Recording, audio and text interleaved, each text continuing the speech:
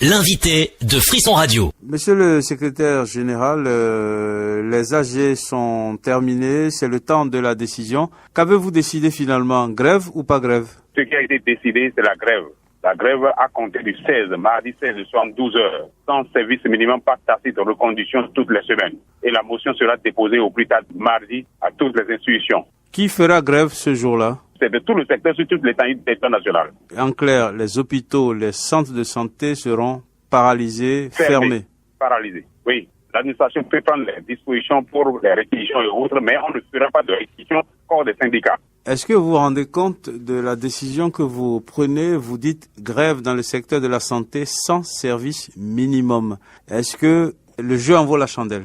Le jeu en vaut la chandelle parce que la grève que nous avons tenue la fois passée n'était pas une grève sans service minimum.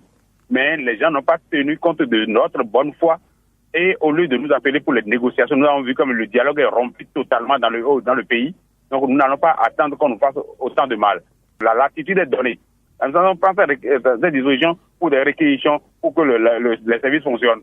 Ben, on peut vous faire le procès de non-assistance à patients en danger. Mais au moment où celui qui veut faire procès, qu'est-ce qu'il dit par rapport au gouvernement qui arrache le droit de grève sans mesure compensatoire? Qu'est-ce qu'on peut dire à ce gouvernement qui pose des actes sans tenir compte ou bien au Parlement, sans tenir compte des mesures compensatoires qu'on pourrait faire aux agents de santé? Pendant qu'on a pensé même aux mesures compensatoires pour les magistrats, on n'a même pas, si on a vu que le secteur est aussi sensible, c'est à nous qu'on devait penser d'abord avant de penser aux magistrats.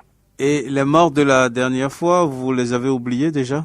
Est-ce que vous pensez qu'il y a des morts qui ne sont pas à la charge du gouvernement?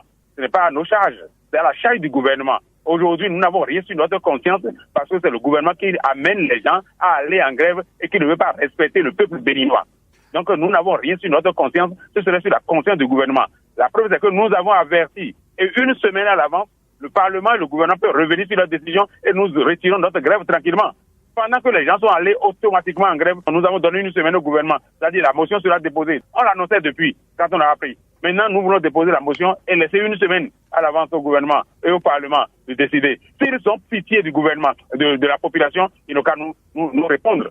Nous sommes prêts au dialogue. Nous sommes ouverts à tout moment. S'ils nous appellent, nous répondons. Monsieur Oussou, est-ce que vous n'allez pas trop facilement en grève? Vous pensez que c'est facile?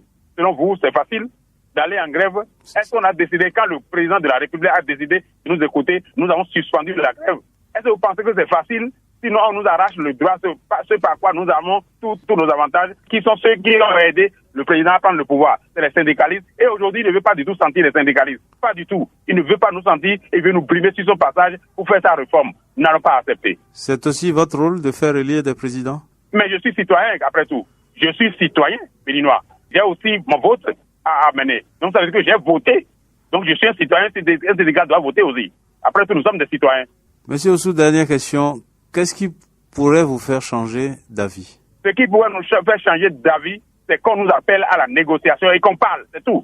Et qu'on nous dise ce qu'il y a exactement, qu'on nous trouve des mesures compensatoires. Si on pense qu'on puisse nous enlever le droit de grève. Mais si on pense qu'on va faire la dictature, on va nous imposer tout, ce serait difficile.